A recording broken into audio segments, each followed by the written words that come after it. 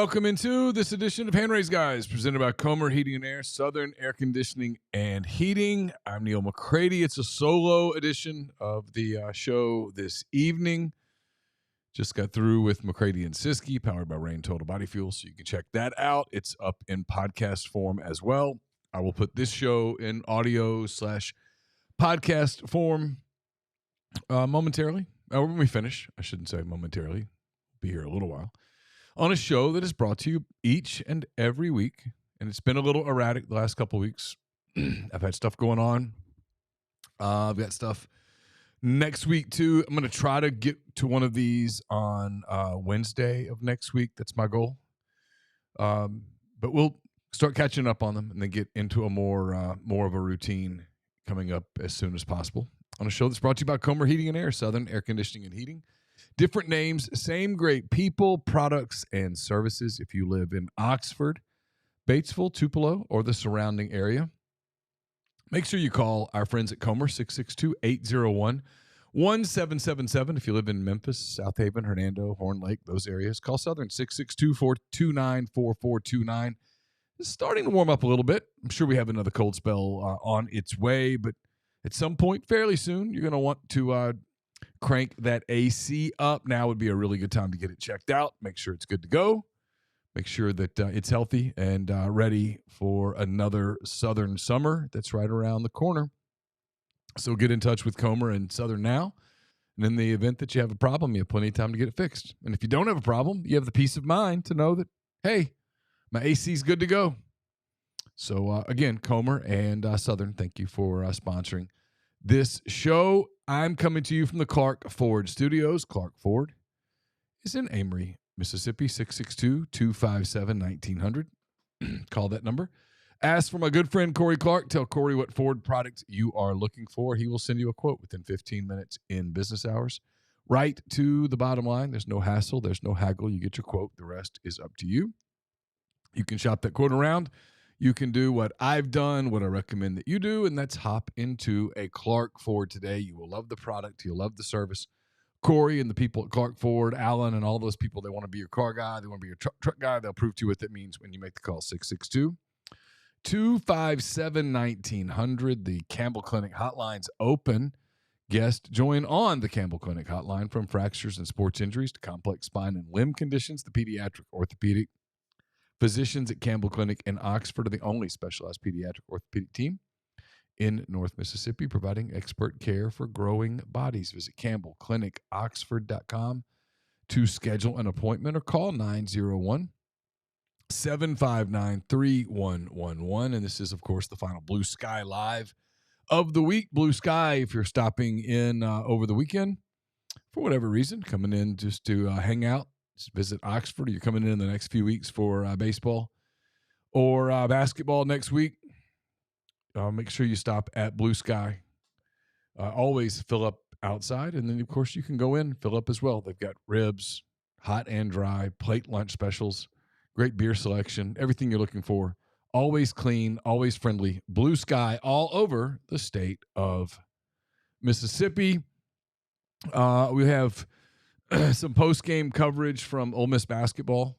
Late last night, Ole Miss losing in double overtime to LSU 106-99. The Rebels play at Auburn Saturday night at 7:30.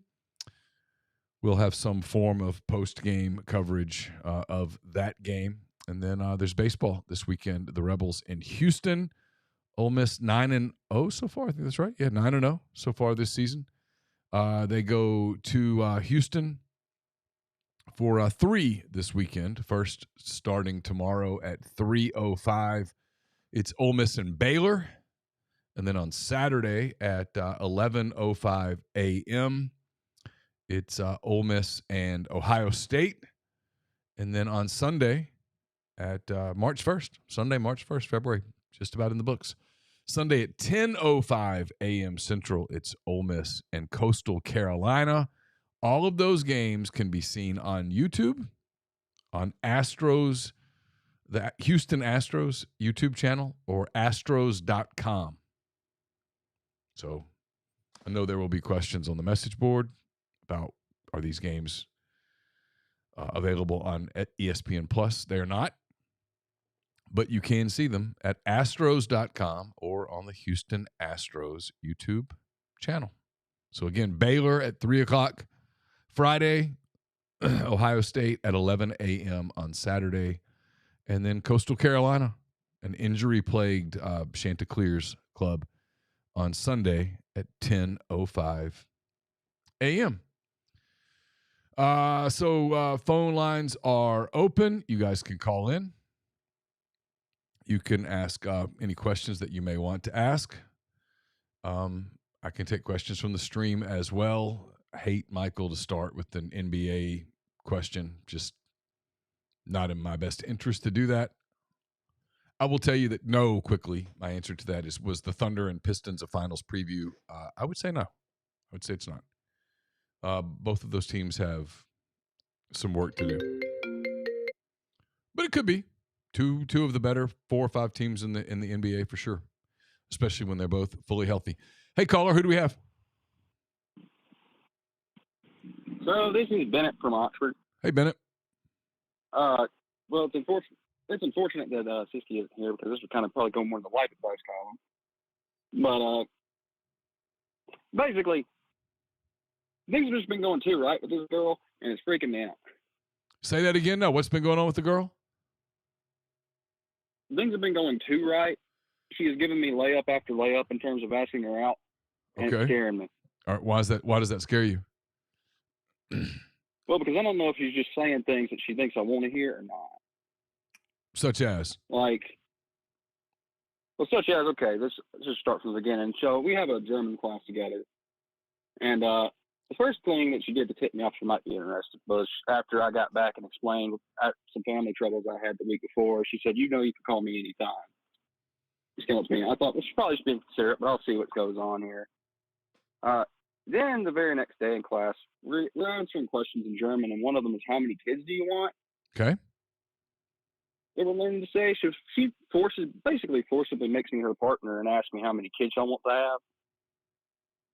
And so when I answer 3 to 4, and she goes, and then says the same. Okay. And then when I was asking her out on a date proper, so just to sum it up, she basically just gave me the layup of, I don't have anything to do because I'm a foreign exchange student and I don't have a car. To where it was basically this dumbass asked me out on a date. All right, so let me back up a minute. Let me back up a minute. How old is this person?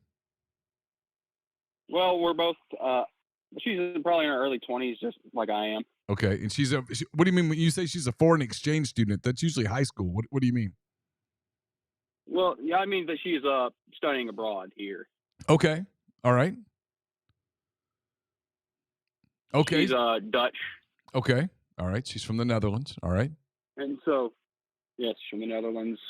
And so more than anything, I'm just kind of anxious about it, I guess, because it went too right. It was it's the easiest a woman's ever made it for me to ask her out. I mean, look, it's been a minute. I'm not really sure what to make of it. It's been a minute since I lived in that world. I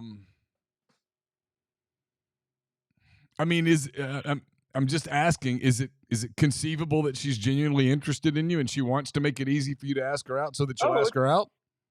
It's very conceivable because it's what happened. I mean, if I wish I could see, everyone I guess wishes they could see what someone is thinking, but I'm laughing it's at definitely conceivable. I'm laughing at the stream, and I guess I'm people are making jokes, but they're funny. They're good natured. I don't see. You might be doing that thing where you're trying to make this more difficult than it has to be. Just because probably, but it's also because I have some bad history with women. Yeah, but who doesn't? That's fair. I mean, a complete shock sometimes. I mean, I was bartending once, came back, and the girl was in my apartment. She'd stolen my key and was had a frozen pizza in the oven. I mean, we all have crazy, right? I mean, but not everybody plays games. Not everybody's crazy. Now, who's that in the background? That would be one of the kids that my grandmother babysits. Oh, okay. I didn't know whether you already, because that was going to be a new thing in the deal. No, okay. no. Okay. I have none to my knowledge, thankfully. But yeah, I think I'm just complaining about my steak being too juicy at the end of the day, conceivably. All right. Also, well, hold on. Hold on. We're outsourcing this because we're a community. Real Wicked says Dutch women. I'm going to take his word for it. Okay. He says Dutch women are very forward about what they want and who they want it with. He says you're Paul Skeens right now. I'm sure you're familiar with Paul. Are you familiar with Paul Skeens? Vaguely. Okay, Paul Skeens is basically the new Justin Verlander. He's the star pitcher for the Pittsburgh Pirates, and he's dating Livy Dunn, who I don't know if you've seen Livy Dunn, but Livy Dunn is quite easy to look at, and seems like a lot of fun. Seems like a lot of fun at the same time. Justin Verlander, I'm sure you're aware, is he's now on the tail end of his career. He's back with the Detroit Tigers. He's in his 40s, multiple Cy Youngs. Won the World Series with the Houston Astros. He is married to the former Swimsuit Editions cover model, supermodel Kate Upton. Okay. I mean, yeah, and I guess if I want to make everyone in the chat jealous, I haven't found a single shred of social media from this woman. So, I think that's a green flag in my opinion, at least. Yeah, look, I guess there's a world where she's setting you up to knock you out and steal your kidney, as someone said in the thread. But there's also a world where she's just not playing games. She's only here for a certain amount of time, and maybe she's hoping this leads to something. And I'm hoping that it leads to her staying here long term. But I'm getting ahead of myself there. But that was my next question. My next question was, how interested in her are you? She is more attractive than me, seemingly very interested in me, doesn't like social media, wants to have about the same amount of kids I do, and likes the same music I do, so a lot. There's a world where you get hurt. There's a world where you get hurt here, but there's a world where you don't, and I think you might as well take the chance, because otherwise, there's a world where I feel like I'm the luckiest man in the world. Then if that's on the menu, you got to try to order it, right? Oh yeah, I was never not going to try to order it. You're just freaked out about it. That excited anxiety. Yeah, well, I have an excited anxiety because this is the first time I met someone my age who's not trying to play some sort of game. That's good. I think. Maybe. It's very good. Maybe. I just can't believe my luck. I get that, but maybe it's. I'll say what nobody else will say. Maybe she's the one. Ain't no way. The only way to find out. Maybe she is. There's only one way to find out. Thank you, Neal. It's made me feel better because I just needed to talk about it to someone besides my mom, who can only think, I wonder what those kids would look like. Anyway, I'll let someone probably talk about sports. No, you're good. That's a great first call. Hey, best of luck. Keep us updated, okay? Thank you, Neal. You have a good one. I will indeed. All right, bye.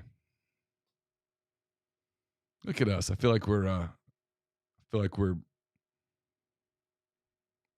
helping people. Someone asked me what was the brand of pizza. I don't really remember. It might have been like a Tostino's or something. It wasn't anything special.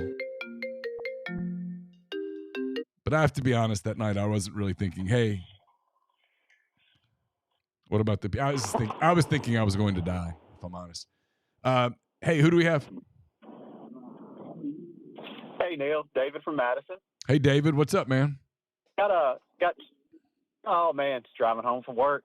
Got two questions for you. The first one is, do you think if Kiffin knew for sure that Chambliss was coming back this year, that would have gave him a little more pause about going to LSU? No. So you think the deal was just he was getting out regardless? Yes. Absolutely. Okay. Well, not saying that was a good thing, but you're asking me to tell you what I think he was thinking, and I think he had made up his mind probably before the season started that he was leaving. I think the whole ESPN thing was a production along those lines to refine image. And you actually called that the week of. That wasn't a lot of people. I did, David, but I'm going to be rewriting history. I'm going to be honest, David. I wish, looking back, that I'd had a little. What does Bill Raftery call them? Onions. I wish mine had been a little bigger. Yeah. I was a little, and I mean justifiably, because I know what the reaction would have been if I'd said that in, what was that, August, September? September, because the week of the LSU game. If I had said in September of 2025, hey guys, this is propaganda. This is a guy setting himself up to get the hell out of here. Y'all have killed me. I mean, we'd have lost 3,000 subs. I mean, I just don't think I could have said. I don't think I could say that. And maybe I should have said it. And then 3 months later, I'd be like, okay, well, here's my victory lap. But I don't know. I didn't. We danced around that. I know I did. I danced around it really hard. I thought it was suspicious. And when I watched it, there were scenes in it that I thought were so completely fabricated that they were completely disingenuous. That the dinner scene was cringy. It was bad. Like, there's no way that really happens. No chance. I know that dinner scene was so cringeworthy. When they were all at the house that night. By the way, I agree with Will Hawk 22, David. Will Hawk says Kiffin was thinking Chambliss was going to come with him. I think that's probably at least on the realm of possibility, if not completely true. I don't. That being said, this was not going to be a 1-year decision. Lane wasn't going. I think this about Lane Kiffin and Oxford and Ole Miss. I do. This is what I think, and if I'm wrong, I'm wrong. I think he felt like he had been here long enough. I think he felt like the things that were making him happy here, the walls were closing in.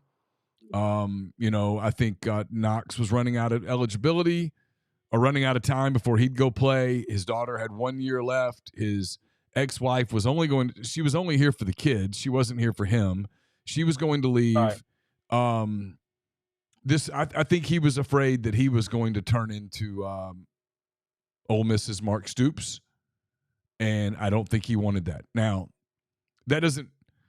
You got to be super. You have to hear every word of what I'm saying here. I'm not saying, Ole Miss was going to be Kentucky where you had a flash in the pan and went away. It's not what I'm saying. But I think he thought this is a really hard job. What if I fall off just a couple of ticks? And if you remember, middle of the year, he was talking about that. So, I mean, I do think that was a little bit of a window into his thoughts.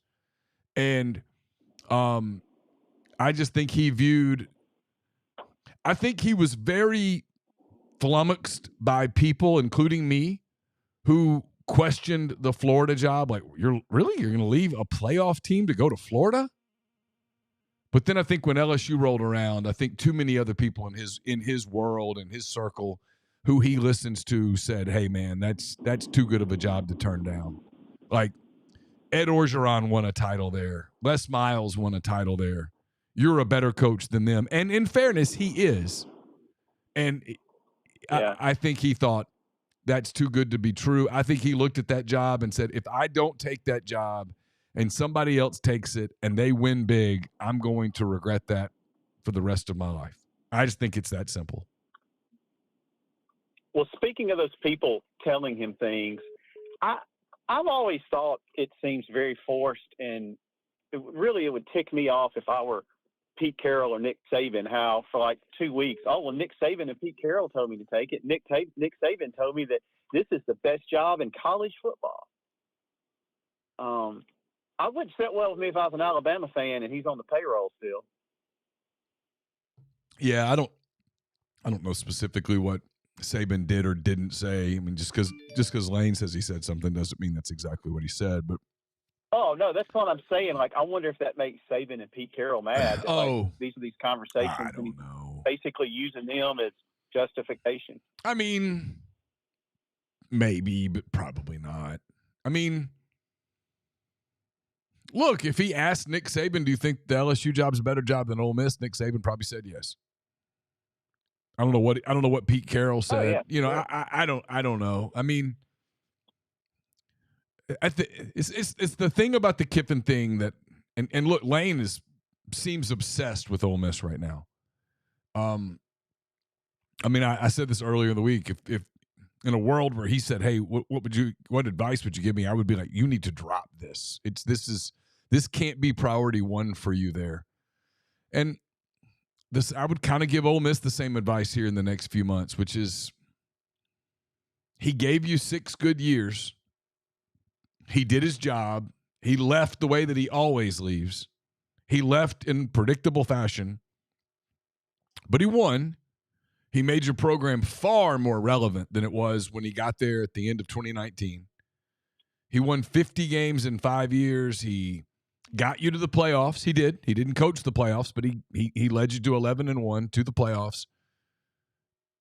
You need to focus on moving forward and building on it and not the bitterness of the way that he left. Now, that doesn't mean on September 19th you don't try to destroy his team, but I do think for Lane, the obsession with Ole Miss is a potential road landmine, and I think for Ole Miss, the obsession with Lane Kiffin is a potential landmine. Because look, no matter what happens on September the 19th in Oxford, September the 26th, you got to go to Gainesville and play a Florida team that will probably be still very fresh with John Summerall in year one. It's a tough place to play. Mm-hmm. Last time Ole Miss went to the Swamp, it lost. It's a tough place to play. John's going to have that team ready, and they'll be well coached. And you got to go play another game literally 7 days later. So I do think, as natural as it is to turn that into the super duper bowl, it's still just week 3. Well, could you envision a scenario where we beat him and then they roll off like 3 losses in a row after that, like he's done with Bama before here? Yeah, I mean, I haven't seen their schedule. I haven't studied their schedule. I mean, I've looked at it, but I haven't studied it. I mean, I'm just saying, like, can you see it haunting him for? Yeah, sure. I can see him getting overhyped for it and treating it the way that he treated Alabama when he was at Ole Miss, where he completely got out of his own head and didn't coach the same way and freaked himself out, and everybody around the program noticed it. And yeah, I mean, I'm sure it could happen. Now, in fairness, I can see a world where Ole Miss comes out like just gangbusters and completely, forgive my language here, shoots its wad halfway through the first quarter and is complete toast by the end of that game. I mean, it's still week 3. It's week 3. I mean, right. You can be 3-0 at the end of week 3 and not make the playoffs. I mean, you can be 2-1 at the end of week 3 and make the playoffs. I mean, it's. I think both sides need to really take a deep, long look in the mirror about that obsession with one another. That's just my opinion. I think with Lane, it's bad right now. Like he's doing this with football. I mean, with basketball, with women's basketball. It's like, what are you doing? But I mean, there's still a pretty healthy, at least in the fan base. Maybe not inside the program. I don't know, but inside the fan base, it's understandable. I'm not criticizing it. I totally get it, but your success or failure won't completely hinge on what happens on September the 19th against LSU. I mean, there's going to be a big game before that and a bunch of big games after that. But speaking of that game, do you think there's any chance that behind the scenes, whoever the LSU AD is, Keith Carter and Sankey get together and goes, this needs to be an 11 a.m. game? I don't know. I don't know that they have that kind of power. I think the networks make those decisions for the most part because they foot the bill. I mean, there's 1 or 2 games like the Florida-Georgia game. When it's in Jacksonville, they kind of have an agreement that's going to be 3:30 Eastern because they don't want it at night. No, I don't know. I mean, look, if ABC wants that game at 2:30 or 6:30, that's where they're going to get it. It's going to be. Do you think that'll be the most intense environment you've ever covered? Ever. I mean, I've covered some pretty intense Iron Bowls. I've covered some pretty intense Egg Bowls. But correct me if I'm wrong. Yeah, with the Iron Bowl. I mean, well, the Iron Bowls. It's ugly, but I mean, like, It's really not. It's chance there's a legit chance the police are going to get involved at this crowd. At some point. Yeah. The Iron Bowl actually is not pretty ugly. It's intense though. Yeah, I think it's possible. It's super ugly. Yeah, depending on kind of what is said this summer, what is said obviously the week of that game, the way it's handled. Yeah, there's a world where it's super ugly because look, someone's going to lose the game. You know, I mean, someone's going to lose the game. Someone's going to win the game. September the 19th in Oxford, Mississippi is probably going to be pretty hot. So people in the Grove are probably going to be pretty drunk. I mean, you know the LSU people will be, and yeah, well, everybody will be. I mean, you start drinking at 9:00 in the morning on a 6:30 game, and it's 94 degrees outside. You're gonna. I mean, some people will be disciplined to mix their waters, but some won't. And so, yeah, it'll be intense for sure. I wouldn't want to be in charge of security or law enforcement that weekend. I'm glad that that's not in my purview. Well, Neal, I've got one more question. I'll hang up and let you answer it. When you guys started the podcast, years and years ago, realistically, what were your expectations of it? And I'll hang up. Let you discuss it. But I'll answer real quick. I mean, my expectation was that it'd probably last like a month. I mean, I was not in a great mental place that time, and I sort of just assumed it would last a month. I found it difficult to believe that people would actually pay us for us to do a show. Well, did you ever think that? I mean, one of the reasons I think your podcast is so good is we've gotten to know you and Chase, and my wife even listens to every episode now, and she's like, "Oh, what's going on with Neal's kids?" or and stuff like that. And I think that's what's made it better. And I'm not going to knock anybody else's podcast, but there's some others that cover Ole Miss that I can't stomach. And to me, a lot of the best podcasts you guys do are during the summer when there's not football to talk about. And I don't know. I think what y'all built is very special. And now with Tyler, we were talking the other day. I think there's a chance we may go buy a Kia from Meridian just so I can tell Trav to whip it out. Spin the wheel. Spin the wheel. Absolutely. Yeah. Well, anyway, I really appreciate the podcast, and I know how much work y'all put into it. So thank you for everything that you do. Thank you for the call. I appreciate it very much.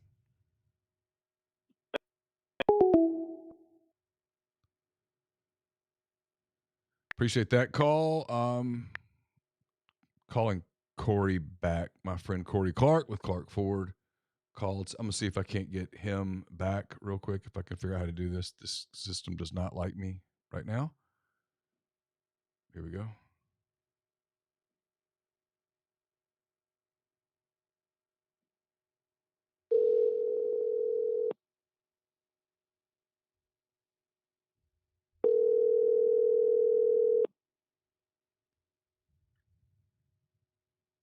This is the risk of calling somebody when they don't know you're calling back. He tried to call, so I was trying to call him back. I know he was going to try to call him. Your call has been full.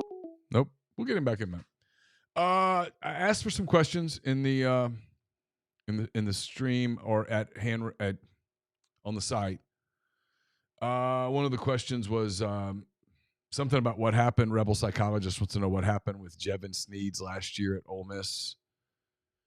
I don't really remember. I know that he got hit a little bit more than he got hit before. I think the pressure of that season bothered him a good bit. He still had a good year. I honestly don't remember that vividly enough to go back into what was that 2009. He had some good games. He had some struggle games. He got overhyped a little bit. There was some of the hype about him being the first pick in the draft and things of that nature. He didn't. God rest his soul. He didn't have that skill set. That was a bit unfair. Schrute Farms Reb says there seems to be a lot of opinions about what should be done with college football. In a scenario in which you're appointed as commissioner of college football, that's a title that I would turn down. He says, with sweeping authority, but still obviously subject to courts and other countermeasures, what changes would you enact immediately? I don't know if you were listening to McCready and Siskey a little bit ago. We were talking about this. I think this kind of litmus test is coming in May with this unenroll, re-enroll thing. The NCAA is trying to rush through very punitive sanctions that would be in place if you took and added a player without them going through the portal. Everybody in college football wanted a portal window. They wanted one window. They said, hey, we've got to have stability. We've got to have structure. And they passed it. Passed the one window in January. And now everyone's doing what everyone does in pretty much all facets of life. You look for loopholes. And they think they have found a loophole. And there are people around college football, I can't remember, I think it was a Ross Dellinger story, but I've heard this from other coaches and stuff. There is an anticipation that May is going to bring chaos. And that you're going to see high-profile players unenroll from the schools where they are and basically transfer to another school and play. And the NCAA is trying to curtail that by creating punishments, 6-game suspensions for the head coach, 20% loss of football budget, etc., but no punishment for the players, because if you punish the player, the way I understand it, is that opens up court proceedings. We'll see. At the end of the day, the biggest problem that college football has is that it is so hyper-competitive with no agreed-to, collectively bargained rule structure that the temptation to skirt the rules, flat out break the rules, is intense. And the NCAA, which helped create this scenario, is now trying to put the toothpaste back in the tube to a certain degree. And it's trying to sort of regrow some fangs. And the people around the sport are telling them, we need to do this. We need to have a police structure until the police try to enforce the rules. Corey, I'll get to you. 1 second. Hang tight. Until the police try to enforce hold tight. 1 second, Corey. Hold tight. 1 second. Until the police try to enforce the rules, and once the police try to enforce the rules, then they say, no, we don't want rules.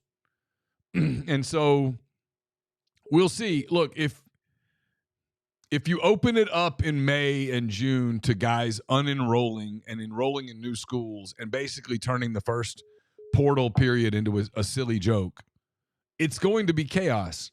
I'm of the opinion that fans love the chaos. I don't see any sign that you don't.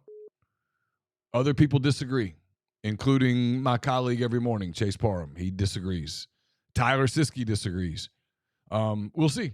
I don't know that I would respectfully decline the role of commissioner of college football. I don't know that I would want that role in all seriousness if someone came and offered it to me. Corey, what's up, man? What's going on? Just wrapping up another week of podcast here at MPW Digital, my friend. All good. Just at the Gemstone, no free ads, but the local watering hole, Amory. Yeah. Just got some to-go food bagged up and about to head home for the night.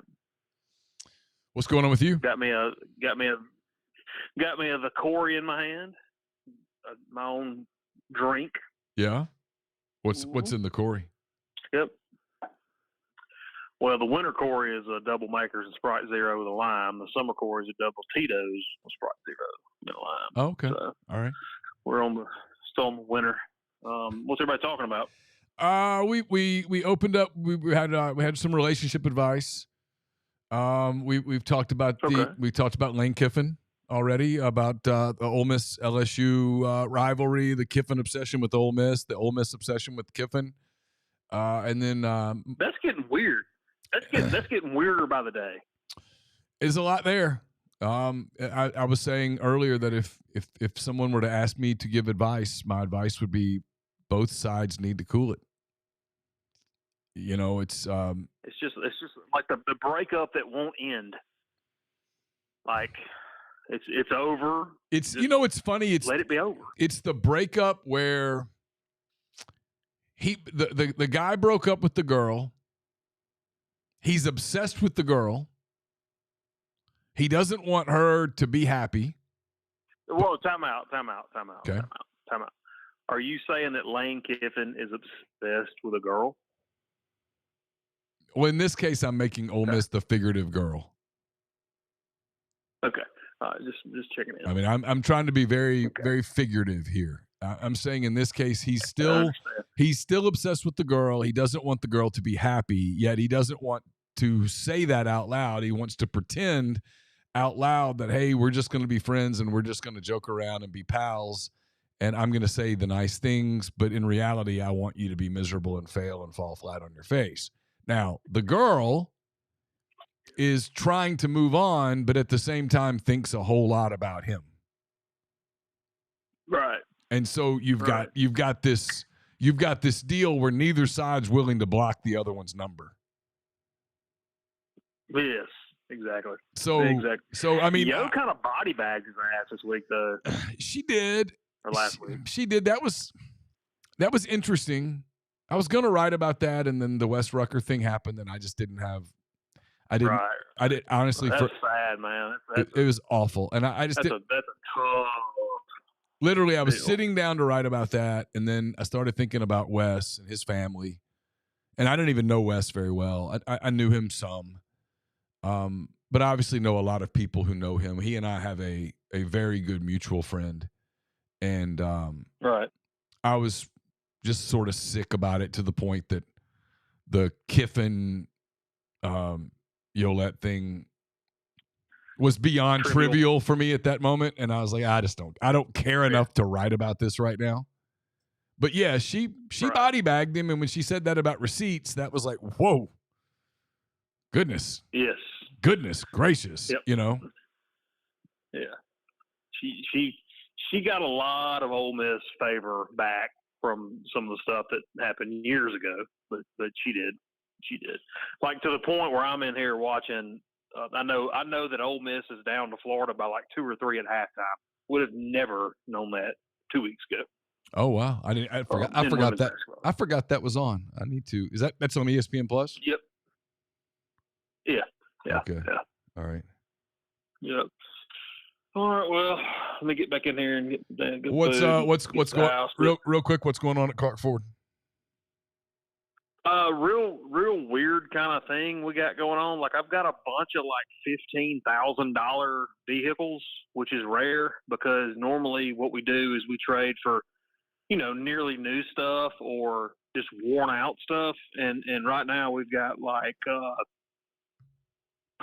4 or 5, like 14.9 vehicles. Like we traded for a 16 Expedition that's got 93,000 miles on it. That's in the mid-teens. And we traded for a Escape with 80,000 miles on it. That's in the mid-teens.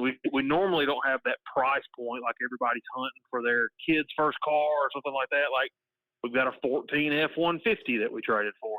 That's real clean. That's in that same price point. So we've got some stuff, and then I've got a 25 F-150 left over. I think we're marketing it for 11 off.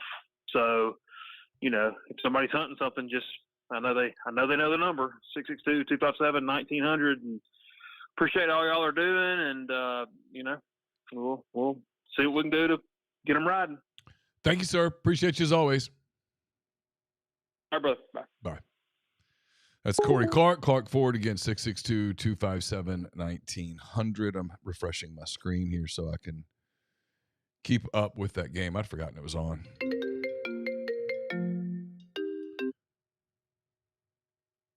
But, of course, I've spent all day today, for whatever reason, thinking it's Friday and it's Thursday. It's completely thrown me off. It just is what it is. Hey, caller, who's this? Hi, this is Christian from Oklahoma City. What's up, Christian? What's up in OKC? I wanted to ask you a question about this upcoming MLB work stoppage. Okay. And I know we've talked a lot about, MLB as a regional sport.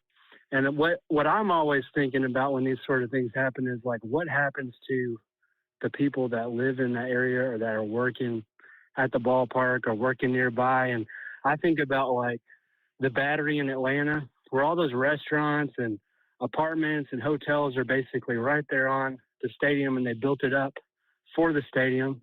And when we have conversations going on between franchise owners where they're like, we're willing to wait, we're willing to, stop work, we think the players can suffer through it. Well, the players might suffer from a work stoppage, but who really is suffering is the guy that owns, the restaurant nearby or the hotel or the people that are living in those apartments that, chose to live, pay that amount of rent because of all the stuff that was going on nearby, and now nothing's going on nearby anymore. So just things like that. And so, like, I wonder if a prolonged work stoppage, like, keeps people from wanting to build restaurants or businesses nearby stadiums like that again. If there's at all a chance that whatever sport that is could, not play a season. Oh, I hadn't thought about that. That's interesting. I think you'd have to roll the dice and assume that the seasons are going to get played. I don't think you could make that decision based on. I don't think you could decide not to open a establishment. In an area around a stadium, based on the possibility that a season gets shortened or canceled in its entirety. I think you'd have to roll those dice. Yeah, that makes sense. If you had the opportunity to go to some MLB games this year, knowing that, hey, we're probably not going to get baseball next year, and so you got to get 2 years worth of watching baseball in this year, and say you weren't particularly interested in a certain team, where would you want to go? I mean, I think I always like the classic places like Wrigley and Fenway.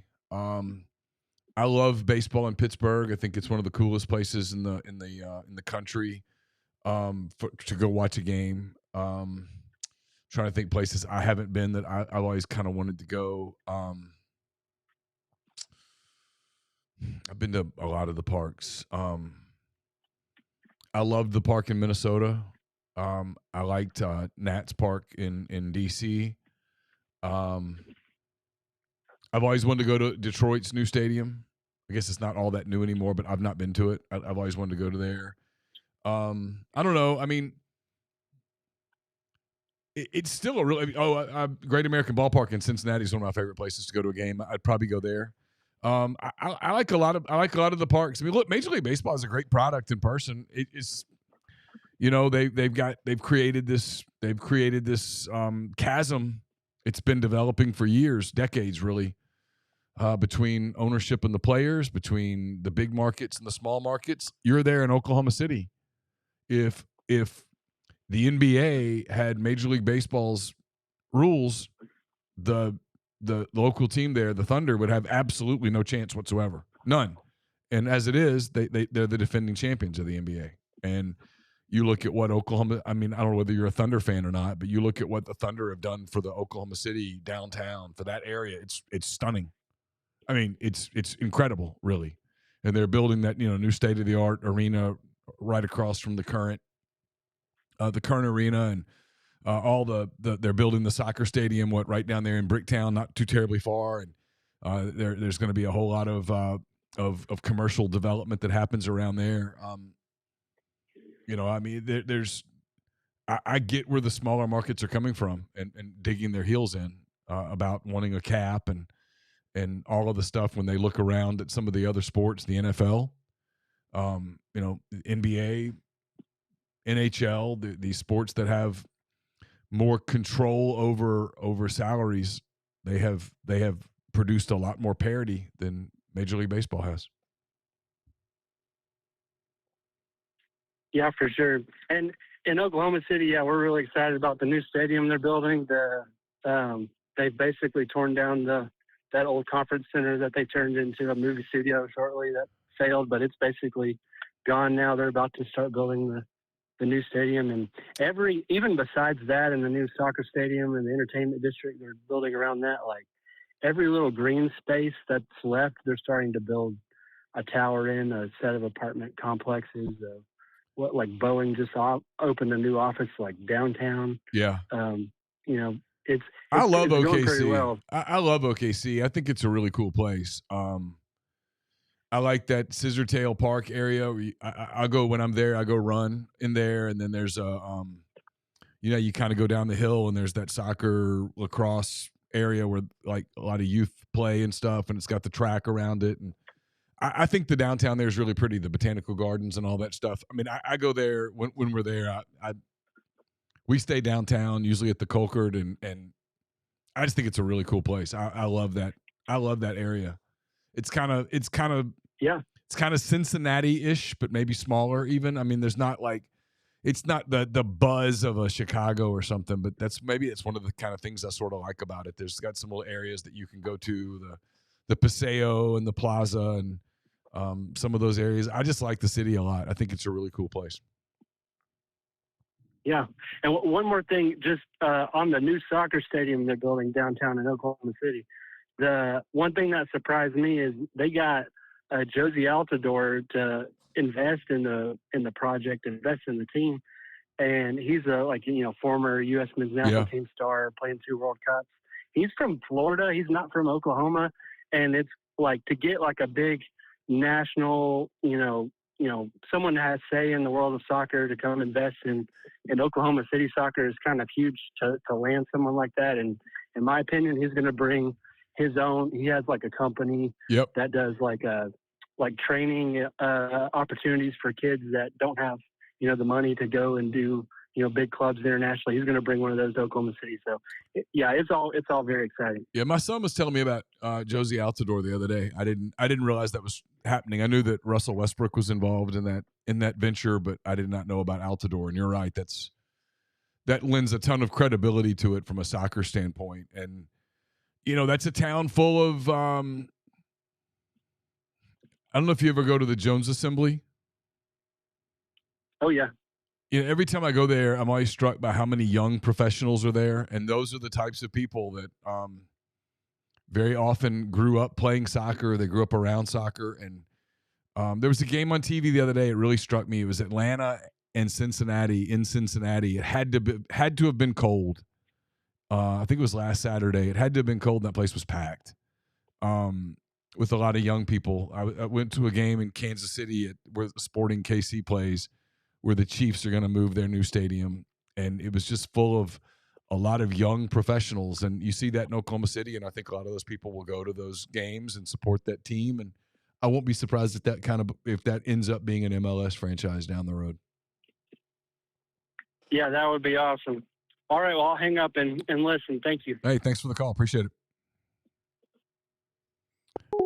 That was fun. Get my OKC fix. One of my favorite places.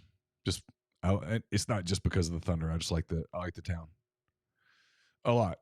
Let's see. I had some questions. We can phone lines are open. You guys can call in. All right, Answers Fruit Farms. I got his. Jay Reezy 23 says, "What would your early over/under win total for Ole Miss football be? What's your percent guess that Chris Beard is the Ole Miss basketball coach next season?" I think I set the over/under at 9. If you made me set it at 9.5 or 8.5 from an over/under standpoint because of the schedule, I'm probably Saved by the Bell here.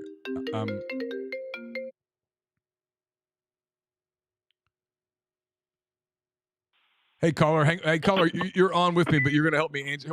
First of all, what's your name? You're going to help me answer this question. What's your name? This is Mark. Hey, Mark. All right, Mark, you get to help me here. Over under win total for Ole Miss football next season. If I'm the bookmaker and I'm trying to get equal juice on both sides, right? That's what I'm trying to do. I'm trying to get equal number on the under and an equal number on the over, and I'll take the juice home. I think I'm setting the over under at 8. Can I look at it? Yeah, and I'll pull up Ole Miss's schedule. I think before I look at the schedule and study it again, I think I'd set it at 8.5. Ole Miss football schedule 2026. That sounds about right. Ole Miss football schedule 2026. Ole Miss playing 2 games in the month of January this year has so screwed up some of the searches. All right, here we go. All right, ready, Mark? Ole Miss opens in Nashville against Louisville. Then they play Charlotte at home. Okay. Then they play LSU at home.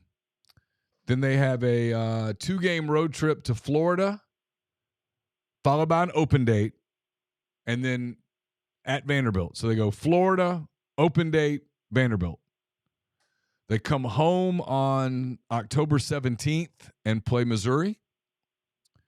Then they go to Texas, October 24th, play Auburn at home on Halloween, Georgia at home on November the 7th. They go, we're just talking Oklahoma City a moment ago. They go to Norman to play OU on November the 14th. They play, so the whole month of November is at home. It's Georgia, Oklahoma, Wofford, and they finish up with the Egg Bowl at home November the 27th against Mississippi State. Yeah, I think I came up with like 6 automatic dubs, 5 coin flips, and 1 probable loss. So 8.5, 9, 8.5, maybe juice to the over. I mean, that's where I would put it, I think. Now they're Tennessee, Neal. All right, we'll do 5.5. Let's do Tennessee football. Hold on. Tennessee Volunteers 2026 football schedule. But we did, and I'm donating a donation, Judge's re-election campaign. We did get good news. All right, here's Tennessee. Ready? Furman, September the 5th. An outstanding ruling. Furman, September the 5th. At Georgia Tech, September the 12th. Kennesaw State, September the 19th. Texas comes to town September the 26th, followed by Auburn on October the 3rd. On October the 10th, Tennessee heads to Fayetteville to play Arkansas. And then they come back October the 17th. Man, it's a late bye date. October the 17th, Alabama is at Neyland. October the 24th, Tennessee goes to South Carolina. You get Halloween off, so you get to trick or treat. And then you finish with a November slate that includes a November 7th date against Kentucky, a November 14th date at Texas A&M. Lane Kiffin returns to Neyland on September 21st. And you finish in Nashville against Vanderbilt, September the 28th.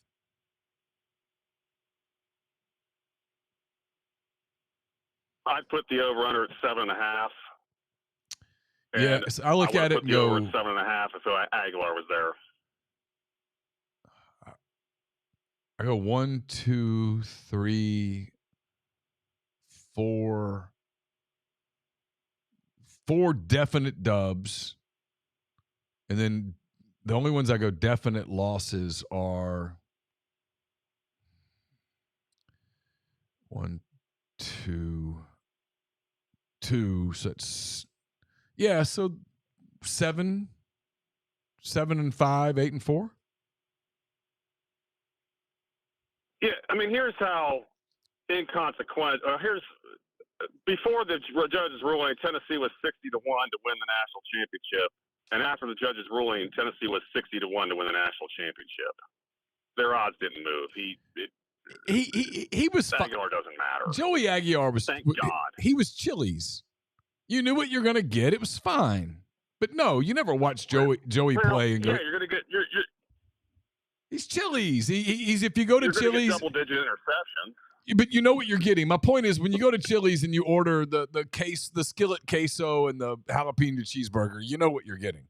It's not going to wow you, and you're not going to go, "Oh my God, this is gross." You're just going to get. You're going to get what you know you're going to get. It's going to be a solid 7, 6.5, 7 on your. You're going to get 4 SEC wins versus the absolute bottom of the league, and then you're going to get losses against anybody with a pulse. Yeah, and I don't need to watch that again at the detriment of seeing one of the kids play, because 26 isn't the year for Tennessee. It's 20 for Knowles, the second year of the strength. Coleman as a junior, going to be a top 10 pick. And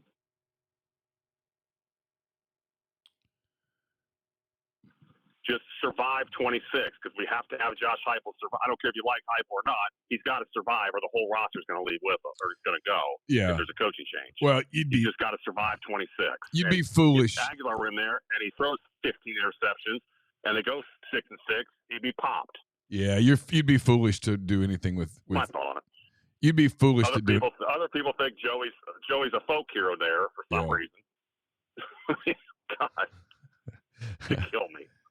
Anywho, not to mention the fact they lose two non-cons to Kent State in baseball and have a complete meltdown.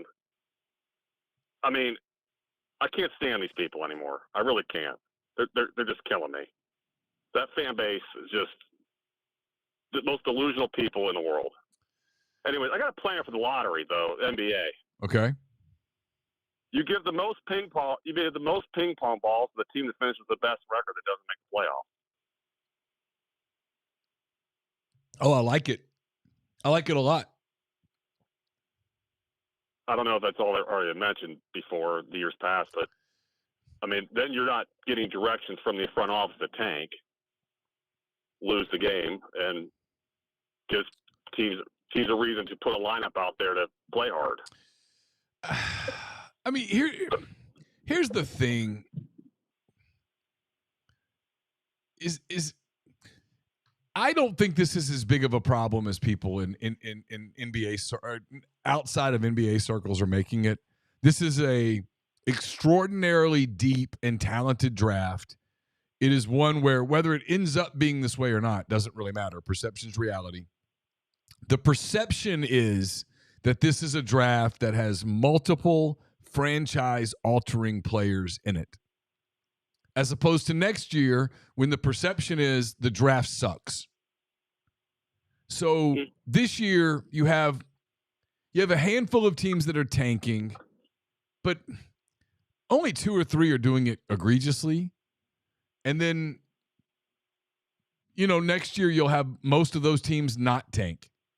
And then look, there's some organizations that it's not that they're tanking, it's that they draft crappy. They're poorly run, and they've blown draft choices. When you have a top 5 pick and you get a 0 out of it, it's disastrous for your franchise, and that's happened to a handful of teams. Yeah, I got one more question. Are you interested? Are you intrigued by how Vitello's going to do it with the Giants? Yeah, absolutely. You think it'll work, or you think he's back like in college baseball in like 2 years? Work stoppage 3 years.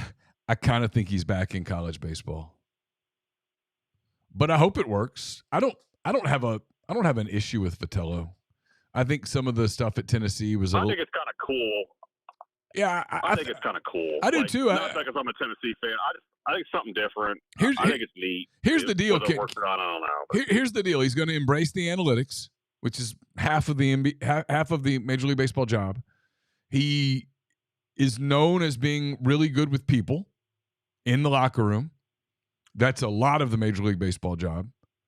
And then it's going to come down to how well he listens to people and how well he learns to manage a Major League Baseball bullpen. It's a long season, 162 games. You can't treat the Major League Baseball season the way that you treat a college season where every game's this intense spirit, rah-rah bullshit. You can't do that. I'm not saying it's bullshit in college, but if you tried that in the major leagues, your team would be done in the middle of June. It's a marathon. The college baseball season's more of a sprint. And but I think he'll do fine. Everything I hear about him is he's a smart guy. I think he'll do well. He's in a really hard division though, because you got the Dodgers, the Padres, the Diamondbacks. I mean, there's a lot working against you in the National League West. Well, according to Tennessee fans, he left because of Danny White. Yeah, not because he got an offer to coach a premier MLB franchise. But hey, like Pat Murphy, he left because of Danny White. Pat Murphy had a lot of college experience. They think that. Yeah. I see what you're saying. Yeah. No. Look, he left because how could you not take that opportunity? How could you not go to the San Francisco Giants? He's won a national title at Tennessee. If it doesn't work out in San Francisco, he can go back to the college game. There's a college job that he's linked to already, where the coach is up in years at Arkansas. It's his job if he wants it. Everybody knows that. So, no, I think he's fine. Hey, Mark, I lost you on network stuff, so I apologize. The second part of this question that I thought I was going to get bailed out of was, what's the percent guess that Chris Beard is the Ole Miss basketball coach next season? I'll go 75. 75% chance that I think he's back. I don't think you can completely disregard Trilly Donovan. I don't think you can completely disregard Jeff Borzello, although they both made it very clear that it's rumor mongering type stuff. I have some questions about how they would move forward. I do think there are some problems for moving forward.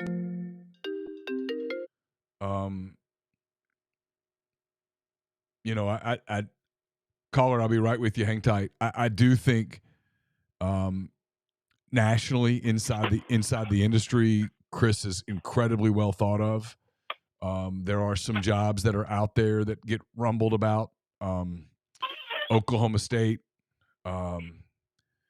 TCU gets mentioned, Oklahoma State, Kansas State, Georgetown. There's some jobs where basketball's a really big deal, where I kind of wonder if he would be interested in a going to a place where basketball's number one.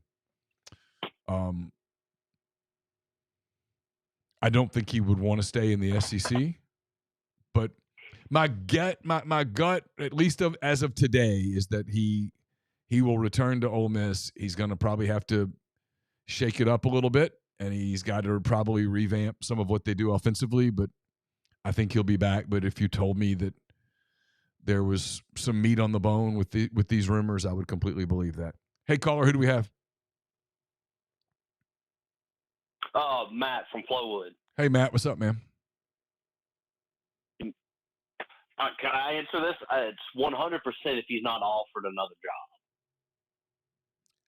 job. Well, yeah. If he's not offered something else, he's coming back.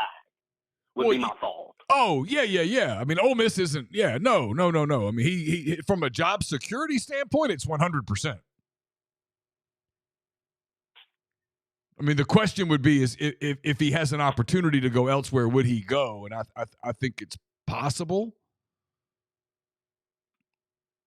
I don't know that I would go probable. I would go possible. Well, speaking of basketball, I know you said this morning you had stuff to talk about that, and I wanted to change the topic to basketball. Yeah, let's talk about it. Yeah, I'll let you start, and then we'll go from there. Go ahead. Well, I agree with you along the lines of I think you just you mismanaged, and I think some guys didn't pan out like they thought, and they're having to play guys that were supposed to be in a supporting role major minutes. Yeah. Well, and I'll go further too. I agree with everything you just said. I think, like, for example, this is where I've ended up arguing with people, and I don't mean to argue about it, but like there's a group of people on the message board who are mad at me because I won't say this team sucks or I won't say this guy sucks. And I've covered teams that suck. And this team doesn't suck. They don't suck. Well, but they don't suck at all. They just can't finish. They don't have an alpha. They don't have a dog. Someone that just wills that team. Yeah. So and like last night, Elias Cameron goes for 26. So guys who suck never go for 26. But he's playing the wrong position. Like, if you told me that he's back next season, I would tell you that he's back as a two guard. He's back as a wing. He's 100%. He's playing off ball. They're asking him to play the one, and he doesn't have that type of dribble drive. You're asking him to be the one, and you've got Patton Pinkins, who is a really good shooter, but he's not an elite athlete. And when I say that, I mean by SEC basketball standards. I mean, yeah, he's a hell of a lot more athletic than me, right? Yeah, an elite athlete being like Anthony Edwards. Yes, yeah. No, elite athlete, SEC, like. Well, I mean, but he's a good college basketball player. Yeah, for example, Billy Richmond at Arkansas. He's more athletic than Patton. They kind of play the same spot. There's more. LeBaron Philon at Alabama is a better athlete than Patton. They both have more wiggle. They both can create off the bounce. Mm-hmm. You need guys who can create off the bounce. This team doesn't really have it, other than AJ Storr, who has a tendency to take a lot of low percentage shots. Terrible shot. You don't have on this team a skilled big. I think in today's basketball you can cover up a lot of things at the college level if you have a skilled big. I don't think this team has one. This team has Malik Dia, who has skill, but who does not typically play like a big. I think Malik would be best in a system where he's complemented by a skilled big man who can allow him to play away from the basket, sometimes get a mismatch, bully his way to the basket. But when you ask him to almost be a five, he can't do it. That's not his position. He can't do it. And they brought two guys in particular, to be the five. They brought in James Scott, and they brought in Augusto Casilla. Scott has just struggled all year. I don't know how much of that is mental. I don't know how much of it is just there's a bad fit. I don't know. And then with Casilla, he's played really hard. He's a great kid. Everybody in the program loves him, but he's a step slow. Gets him in foul trouble when he plays against some of the better bigs. It just didn't work. I mean, they put some pieces together that and at times, here's what's the maddening part, I think, for them is this, and I'm curious to get your thoughts on this, is it's not like it never worked. Like, there have been stretches in games against good SEC teams where Camerdine, Dia, Storr all sort of click, and whether it was Kez Giffa or even very occasionally Corin Johnson, they would get a little point guard play, and they would get some role play from guys like Patton or Eduardo Klafke, and suddenly you'd look out there, and for 12, 14, 15-minute stretches of games against good SEC teams, they would play really well. And then they had multiple games, Iowa, Utah, St. John's, Oklahoma. I started to say Arkansas, but that wasn't it. Acuff just took the game over. Texas A&M, LSU, Vanderbilt. where you just needed someone to make a play, and they couldn't get anybody to make a play. 100%. I mean, I think LSU was kind of just captured that. They look good in stretches, and then they disappear, and they let them back in.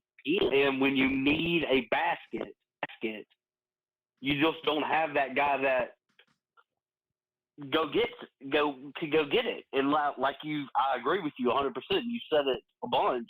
You had 4 guys that could do it last year. Yeah. That could just go get a basket. And then you know what? Here's the other part. And here's the other part you had last year.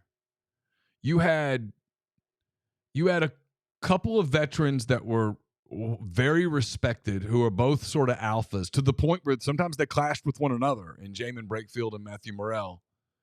And then you brought in a couple of new guys in Sean Padula and Jalen Murray, who are just dogs. I mean, I don't know how to describe that. It's a stupid word. No, I 100% agree. I know what you're talking about. But just dudes who were tough as nails, man, and just the moment was never too big. Sometimes the opponent was better.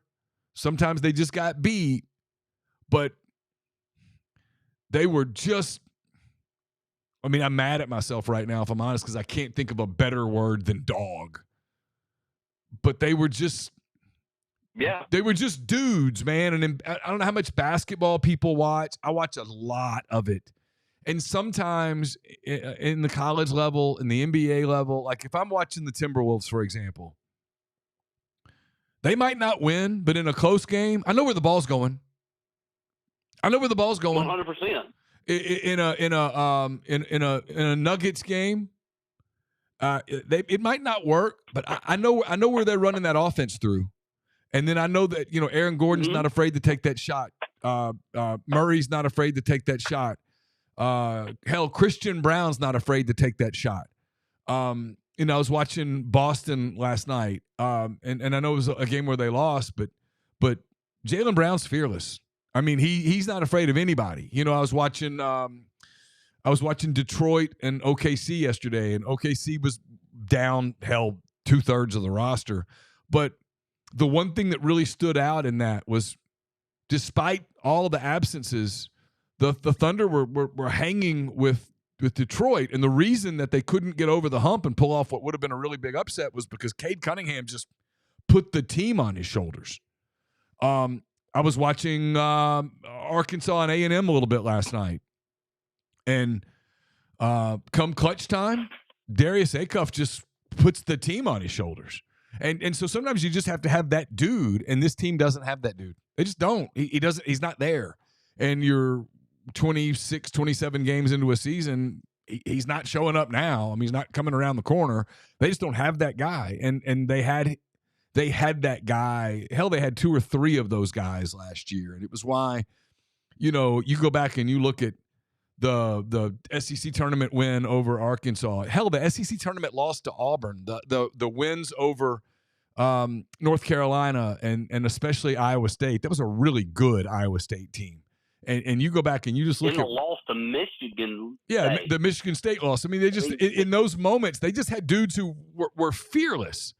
And this team, I'm not saying these guys are cowards or they but I think sometimes the moment just gets too big for a handful of them. And then you don't really have a leader. You have a lot of guys that are kind of quiet. AJ Store's a quiet guy. Malik's a pretty quiet guy. Elias doesn't speak great English yet. You just don't have the guy to go lead your team in those moments. There was twice this year where Chris Beard has brought the 5 guys to the podium to like, hey, answer the hard questions. And I remember the first time it was, I can't remember who the game was against, maybe Miami, and there were questions and nobody talked. And it was in large part because a couple of the guys just are quiet like that. And hell, I'm not sure Camerdine and Kezigifa have enough command of the language to really answer those kinds of questions. And a year ago when had a couple of games where the shit hit the fan, right? You knew when Jamin Brakefield sat in that room and Matthew Morrell sat in that room, they might stare a hole through you as a reporter, but by God, they answered the question. Sean Padula answered the question. Jalen Murray was never afraid to answer a question. And I think with those guys around, it let Malik be Malik. It let Malik sort of be in the shadows a little bit and be a role player who could sometimes go off. There was a reason when they lost to Michigan State that Malik Dia basically sobbed in the locker room, and I don't mean that in a bad way, basically sobbed in the locker room about how much he'll miss playing with Sean Padula. I mean, that was real. And, this team doesn't have that level of chemistry, and a lot of people are doing the Chris Beard sucks thing, and Chris Beard's like, this is the first year that he's ever had a losing season. I mean, look, if I were Ole Miss, I would be more than willing to give Chris Beard the benefit of the doubt and let him roll it back out one time and let me see what he does to prove that he learned from this. Because I think he's learned from this. I think you're going to see changes if he stays at Ole Miss. The last thing I would want as an Ole Miss fan, if it were me, is for Chris Beard to take him somewhere else. To take the lessons that he's learning the hard way here and go to wherever and go kick ass, and him go, I learned a lot that year at Ole Miss, and this is what we did. That would probably turn my stomach a little bit. Agreed. I agree, and they're frustrating to watch because they don't suck. They're in games. It's just like you said, you've nailed it 100%. They just can't finish. I mean, last night there was a moment in the second overtime, and look, it doesn't matter. I mean, it was the difference between 3 wins and 4 wins, the difference between playing in the 14-15 game or the 13-16 game. I mean, whatever. But there was a moment where Max McKinnon for LSU got paired up with Casilla at the top of the key, and he just attacked him, went and got a bucket. And that's what you want your guy to do. You want to have last night, and look, LSU's not a good team. Let's not pretend. They didn't become one by beating Ole Miss. But last night when it came clutch time, you knew where they were going. They were going to McKinnon. And then he delivered. And last night when it was clutch time, Ole Miss really didn't know where to go. Yeah. When you watch someone else was going to call in on this, and you watch Alabama. Someone else was going to call on this that would speak a different argument, but I agree with you 100%. You watch Tennessee clutch moments. They're going to Jacoby Gillespie. They're going to Nate Ament. You watch Alabama. They're going to Phylon. You watch, you watch Arkansas. They're going to Acuff or Richmond. I mean, you know where they're going. And frankly, when those guys get the ball in those moments, you expect them to make the bucket. And Vanderbilt's going to go to Tyler Tanner, right? I mean, that's when they need a bucket. That's where they're going. And it's just a big part of that sport. Just a big part of that sport. I mean, I'm sitting here. I've got Houston and Orlando just started. I mean, Orlando's going to go to Palo. Houston. One of the reasons Houston's a little bit flawed is come clutch time, sometimes they go to Kevin Durant, sometimes they don't. Sometimes they don't look like they really understand. Like sometimes Şengün wants the ball. They can't figure out how to incorporate Amen Thompson. Sometimes teams don't fit. Like Houston's a super talented team, and I don't think they're going to win the West in large part because the pieces don't fit. And one of the reasons the pieces don't fit is because Fred VanVleet tore his ACL before the season. If they had a true point guard who could take some of the pressure off Thompson and Reed Shepherd off the bench and stuff, Houston might be a real contender in the West. I mean, basketball's a jigsaw puzzle sport. Well, it's 5 men. It's 5 guys. One injury can impact everything. Yeah, it's 5 guys. It's rotations. It's matchups. It's lots of stuff. And Ole Miss for a long part of the year was like playing 12, 13 guys. That's not a good thing. And Chris, to his credit, said as much. He said, right now, this is not comfortable. We have way too big of a rotation. But he was trying to get guys to go win rotation minutes in practice, and they just wouldn't do it. And that's who he is. And so, you're asking him to go change his DNA as a coach, and he'll openly tell you, hey, I'm a hard guy to play for. So I don't know, does he have to revisit that at the end of the season? I don't know. It's a question that if I get an opportunity, I'll ask him in a more, intimate setting away from a press conference.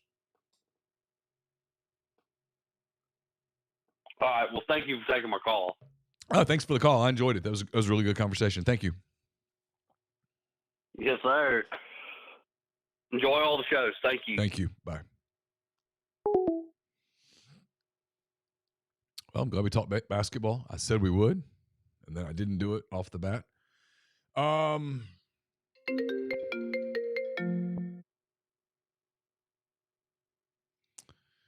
Caller, hang on real quick. I'm going to just touch this one.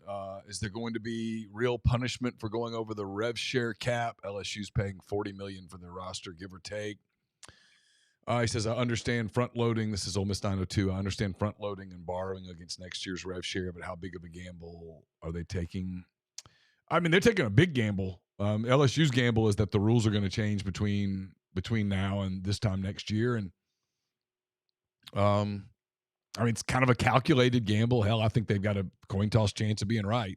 If they're wrong, it's going to be pretty punitive. If they're right, they did the right thing. Hey, caller, who do we have? Hey, Neal, it's Wicked in Oxford. What's up, Wick? Not much. Look, I'm going to continue the basketball talk because I've probably watched almost as much of this team as you have. I sat through that game last night in the arena, too. Ooh, yeah. The one thing that I told my buddy sitting there is the next time I see an Ole Miss basketball player in the 25-26 season win a one-on-one battle off the dribble and get a layup will be the first time I've seen it all year. I think that's a fundamental problem with this team. Is they're just not quick enough. I do too. I say athletic enough, but not quick enough. I've already started working on the postmortem for when this team loses in Nashville. I mean, if they win 5 games in Nashville, we'll talk about miracles. God forbid they win 5 games in Nashville. Well, I mean, come on. And there's a play that I'm referencing. I don't want to give it away. But there was a play in the season that I remember when it happened. I remember what I thought, and it turned out that I was prescient in that moment. And yeah, you're right. It's an inability to get downhill. You watched a lot of basketball. I assume you watch a lot of basketball outside of Ole Miss too. If you can't dribble penetrate, man, it gets really hard to create spacing. It gets really hard to clean out the paint.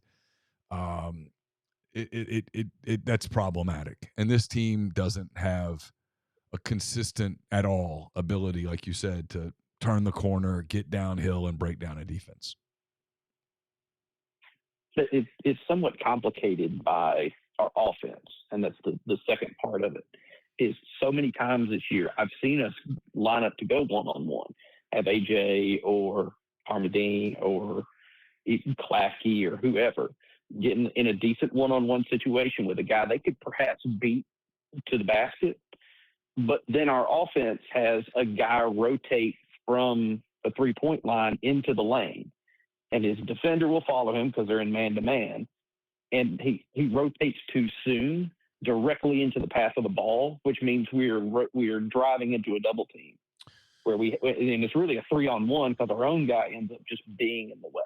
Yeah. And that just happens over and over and over again. Yeah, it's like there's not a great basketball IQ on this team because it doesn't feel like the same offense that I watched a year ago.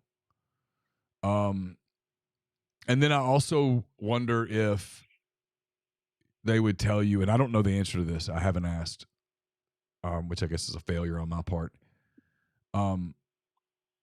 I've covered so many losses, and he is not super reflective after a loss that it almost doesn't feel like the time. But I wonder if they would tell you when they study it that they're going too slow on offense, that they're grinding too much, that they're getting too deep into the shot clock, which is forcing them to take some low percentage shots, meaning, you're, a 2 a foot and a half inside the arc as opposed to a 3 right on the arc. They're not getting enough shots at the basket. They've lost points in paint. Not every game, but a lot of games, like sometimes badly. Their metrics on field goal 2-point attempts are scary bad. I kind of wonder if that's a product of going too slow, and I wonder if that's because they just don't have guys who can create and transition consistently. It may have been Alabama at home a couple of weeks ago, where we outscored them from 3, we outscored them from 2, but we completely lost the game at the free throw line, which is indicative of all these things. It's you don't get downhill that draws fouls to get you and ones, or to get the foul count up where you're getting more free throws in either half of basketball. Where the team you're facing does exactly, they're the same basketball team that you are. They're just more athletic and more aggressive, so they get more shots in the lane that you defend. They get 2 free throws, knock down 1 or 2 of them, so they have fewer empty possessions than you do. And now all of a sudden it looks like a horrific loss when from the floor you won. Yeah, and Chris has urged them to attack, to get to the free throw line, to force the official to make a call.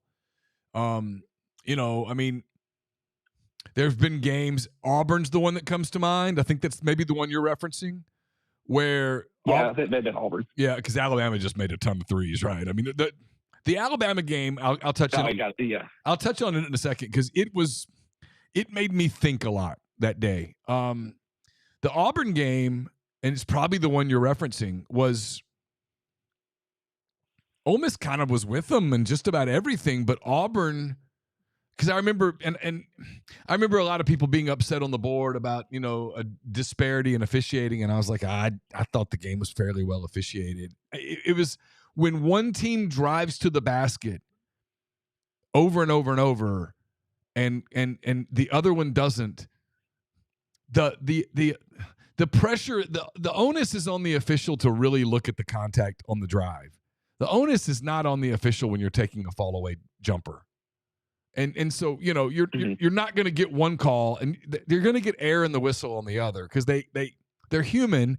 They're not NBA refs. They're not great, and they start anticipating contact, and you get touch fouls close to the basket. You don't get those on 19-footers fading away with 2 seconds left in the shot clock. You just don't. And so at the end of a game, one team's taking 30 free throws and the other one's taking 13. They had the game in Tennessee where Chris got ejected and he was protecting his team, but it was the same thing. One team in the second half of that game was attacking the glass and the other one wasn't. And the officiating was sort of exactly what you would expect in that scenario. And then the other thing with this team, speaking of fouls, is some of the idiotic dumb fouls late in games where you foul a 3-point shooter. You have the dead ball foul last night. I mean, you can't do stuff like that. Like the game at Texas. Yeah, the goaltend call that cost Ole Miss was a terrible call. Terrible call. But the fouling of the 3-point shooter on the possession before was an egregious defensive error. And they did a lot of that stuff this year, man. I mean, a lot. Like a lot of undisciplined, low IQ stuff that, frankly, does not really look like anything that he's ever coached before. It's the reason why when people say you're giving him a pass, I'm like, yeah, I kind of am giving him a mulligan here. Now, not on the team construction, because I think that's more complicated. But in terms of, like, last night I can't remember, Wicked, if this was the end of the regulation or the end of the first overtime. It doesn't matter. I mean, I know it does matter, but the point's going to be the same. They drew up an inbounds play. Pinkins 3. Yeah, it was on that play, right, where they ended up Patton taking a wild 3. That wasn't what he drew up. What they drew up was a inbounds play where AJ Storr drove to the basket, and he drove, and he was open, and they didn't pass it to him. And he's only open for a split second, right? You're open right there, make a play. but it was like there's no confidence that, hey, I can make this play. And so instead you make a wild pass, not a wild pass, you make a pass into the corner, and he's got to turn and he's got to make a shot, contested shot. You're not going to get a call there. It was maddening, and people like, that can't be what they drew up. And I'm like, no, it wasn't what they drew up. He didn't run. They didn't run what he drew up. That inbound play, because it got run twice.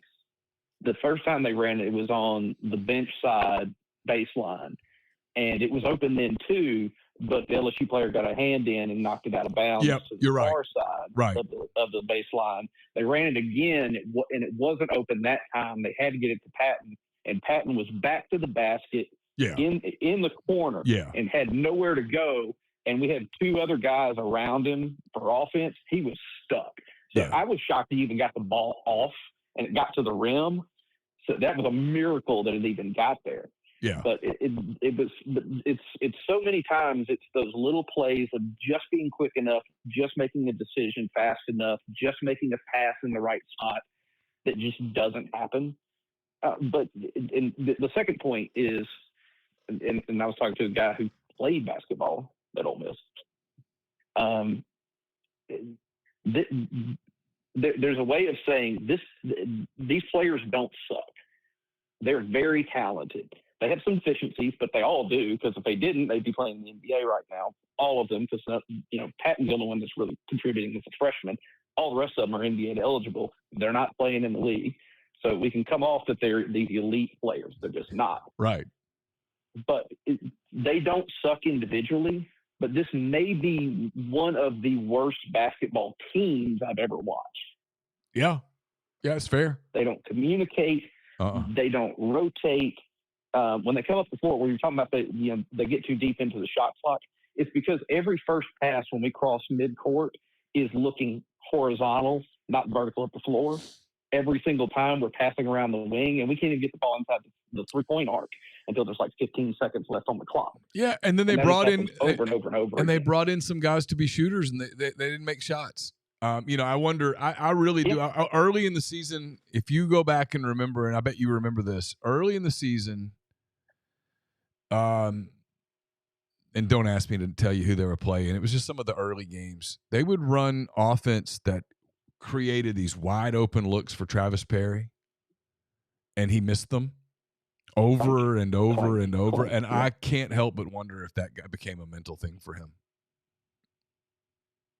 Like, there's a part of me that I don't know if it was the.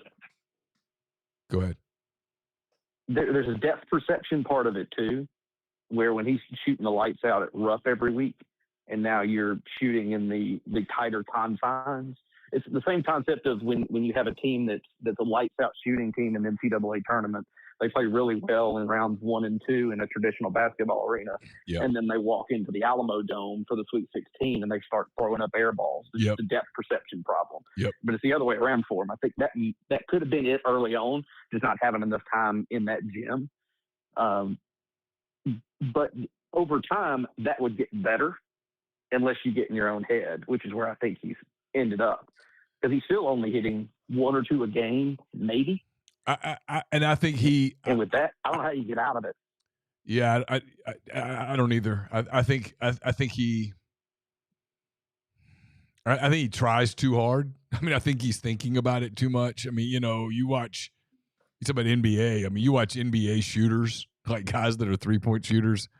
I mean, they just have no conscience. They just keep jacking shots, right? I mean,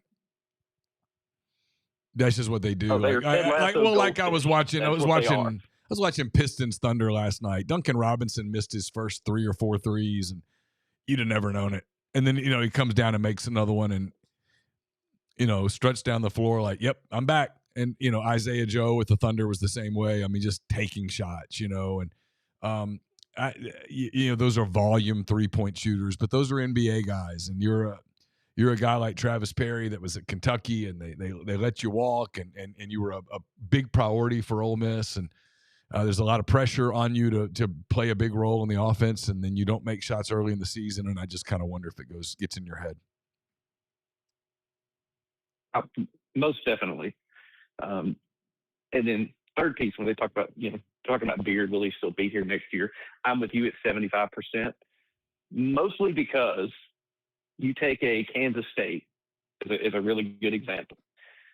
They're going to have to sell to their people who are going to invest $10 to $12 million a year in roster construction, plus $6 million a year or so in salary, that it makes a whole lot of sense to hire a guy who just went 3-15. Yeah. In the SEC. At the risk sell. of it is, but at the risk of minimizing it, I think what you're going to see in those types of environments is people are going to go, well, two things. One, Ole Miss is a really hard job, and two, he's 1 year removed from the Sweet 16.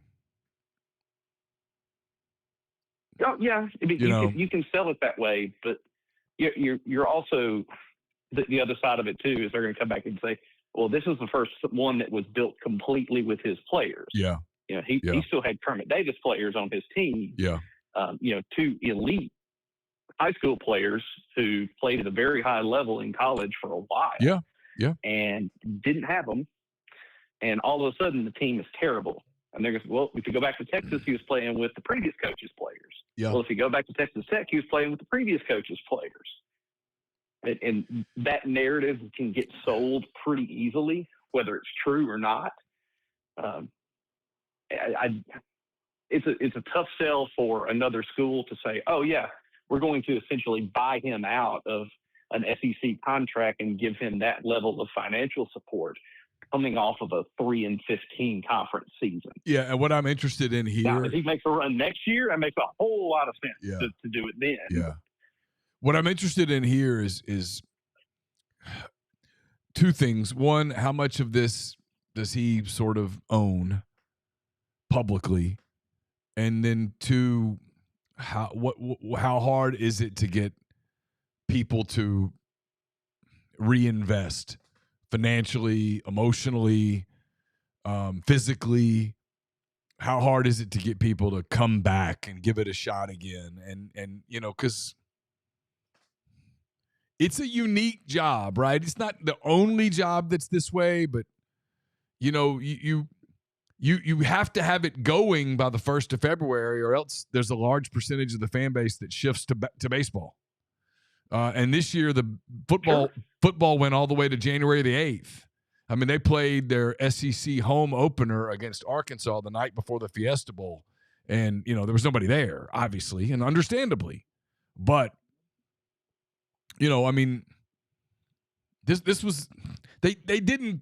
Don't get me wrong, I'm not making any excuses for them, but on top of everything else, they didn't catch anything resembling a break this year, right? I mean, it was kind of like everything that could go wrong did. The ice storm, the Corin Johnson just not healing the way they thought he would. Elias not getting in until late, where they had less time to work through the language barrier. I mean, there was a lot that, and then the long road trip where if you could have just won one of those games, maybe it's a different deal. The bad call against Utah that cost them a win, where maybe they would have had a little more positivity coming out of the Thanksgiving break. It was just a lot. But I am curious, do fans give him another full-throated opportunity, or is it a lot more skeptical and cynical and stuff like that? I mean, I don't know the answer to that. I think he gets another opportunity because this is a guy who can take us to the Sweet 16, and in reality we were a possession or two possessions away from the Elite Eight last year, for sure, and taking a fourth swing at Auburn. Their best team they've ever had. Yep. So I think that can be resold. I also look at those first two home games after the ice storm. The students showed up. They did willingly. Yep. That crowd was really good. So the relationship with the students is there that he's been harping on to try and get for 3 years. It exists. I thought the students were there last night decently. I think he's got another bite at the apple. Yeah, I do too. Considering what it was and when it was. Yeah. I always watch student sections everywhere I go. I'm interested in that because you can tell a lot about a program, and it's relative health. I mean, wherever. And this year I've gone to games at Oklahoma and Vanderbilt and Texas. Seems like there's one more in the league. It doesn't matter. But, like, you know, I mean, you could tell Oklahoma was still in the Christmas break, so you couldn't really tell much. But, like, Vanderbilt, you could tell that program was pretty healthy. The students were there, and they were pretty rowdy. And Texas, too. They were invested. They were there on what was a really pretty day in Austin where it would have been excusable to say, hey, I'm going to go hang out at the lake. You know, they were there. And that was, and I think he's done a really good job of trying to do a lot of the community outreach stuff, but he'll have to circle back. And I do think he's going to have to own some of this. And I think he's already hired a general manager. I think Brian Berg is the general manager. I don't think they've announced it or whatnot, but he is. And then, you know, I do think this isn't an excuse. In hindsight, the week of the Sweet 16 didn't put enough emphasis on the portal that week and put too much on the Sweet 16 game, which sounds idiotic. I realize that. And to me is completely understandable and excusable. But when that Michigan State game ended and they got back to the hotel late that night and finally got some guys to stop crying and they had some happy hugs and that kind of stuff, I think when they finally turned the page, there was an oh shit, we're behind moment. And I don't think this time around, assuming he stays, they'll be behind. If Coach Berg has been hired as a general manager, I don't know how happy that makes me, because every bit of this team was an evaluation miss. There are evaluation misses everywhere. There's been some poor performances that you couldn't expect. There was also there was also all over the court. There were also valuation misses, and that's where I'm most interested. Sure. That, like, would you have been better off paying another $1 million for Yaxel, for example? I don't know. I'm not saying you could have gotten him, but had you been out in front of that and paid him $3.5 million and not paid James Scott, not paid Augusto Casilla, if you'd had Yaxel on this exact same team, how much better are you? I mean, you're not winning the Final Four or anything, but are you notably better? Maybe. If you'd gotten Pop, if you had Yaxel this team is successful if they get to weekend 2.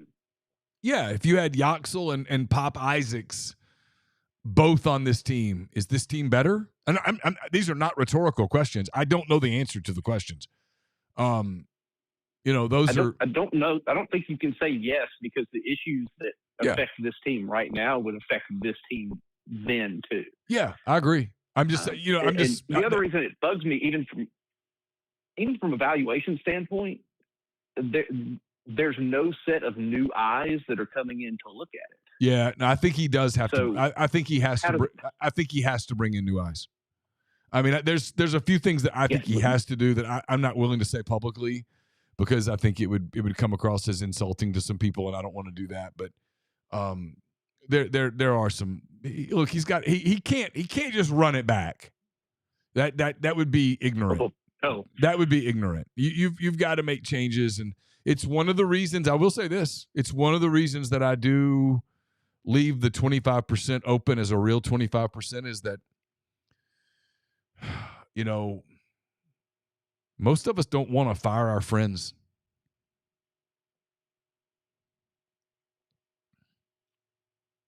It's 100% true, but I don't know that. Let's use Kansas State as the example. Kansas State is going to be hugely excited about the entire staff. More than went 3-15, rolling over more than into a highly competitive, at the top end, highly competitive league in the Big 12. Yeah, there is no room for error in the Big 12. I will just say this: I don't think there's a world where this staff, as is intact anywhere, Oxford or elsewhere, a year from now. I don't. Yeah. 2 months from now, I don't. It needs a revamp. I mean, the other part too, we've given up a ton of points in second halves this year. So defensively, it needs assessment too. Oh yeah. Look, if when you're, what are they, 3-11, 3-12, 3-12, 3-12, 10 straight. So I mean, yeah, we're yeah, 3-2. So yeah. When you're 3-12, when you've lost 10 straight league games, you've got soul searching to do. I mean, there's no way around that. And yeah, they definitely do. Hey, Wicked, thanks for the call, man. Thanks, Neal. Appreciate it. Lots of basketball tonight. I'm gonna start kind of wrapping this up. Let's see. Of the players eligible to return for 2026-27, which ones actually remain on the roster? It's way too early to say. I couldn't even begin to answer that.